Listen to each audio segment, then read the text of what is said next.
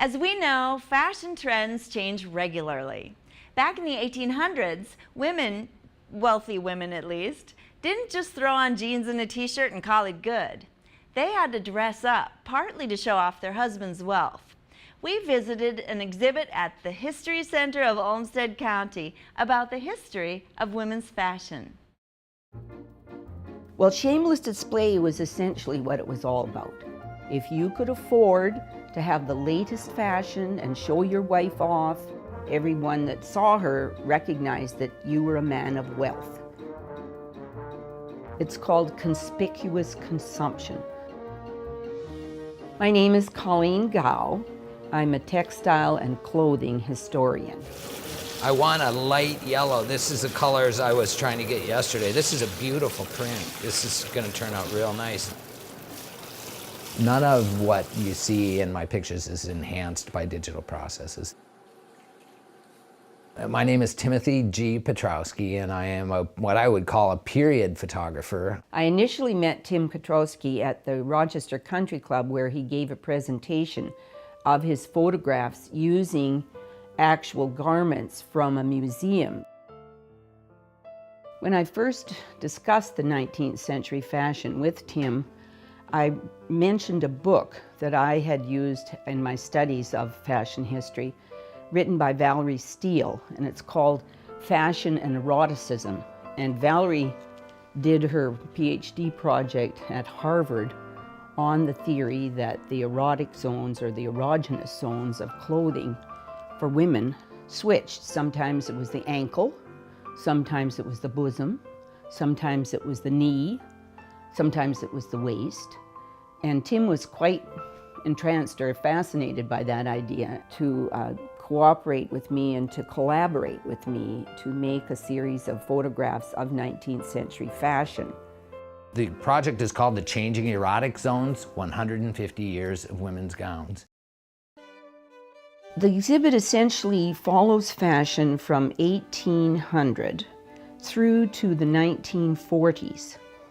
Her idea was that we would illustrate how those zones travel and migrate over time and how sort of drastically they go from one place to another.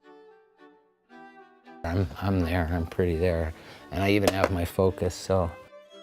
The backdrops are always, they remain constant. So you have a straight line to compare it to, and then the lines on the floor coming out help to describe volume. So you get to see a little bit, especially if I put like a hoop skirt or something like that there.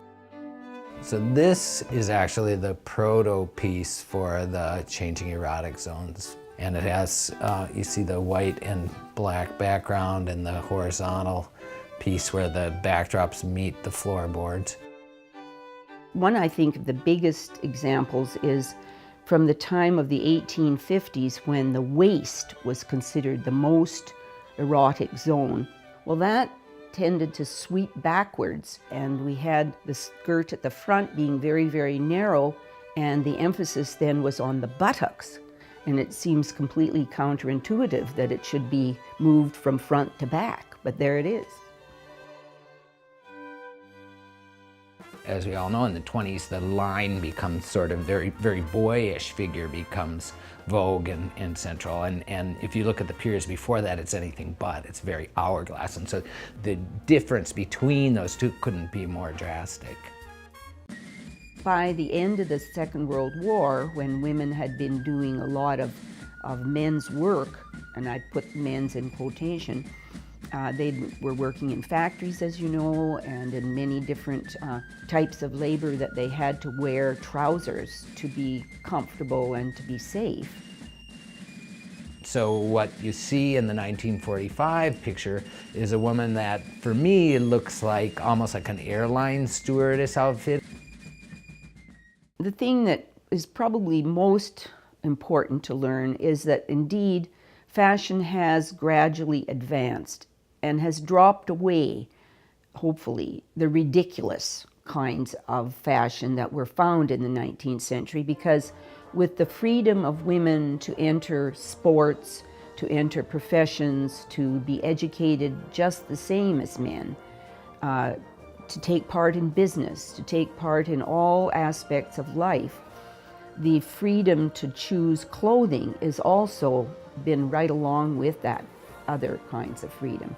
So I believe that today's fashion allows women to be whomever they decide to be.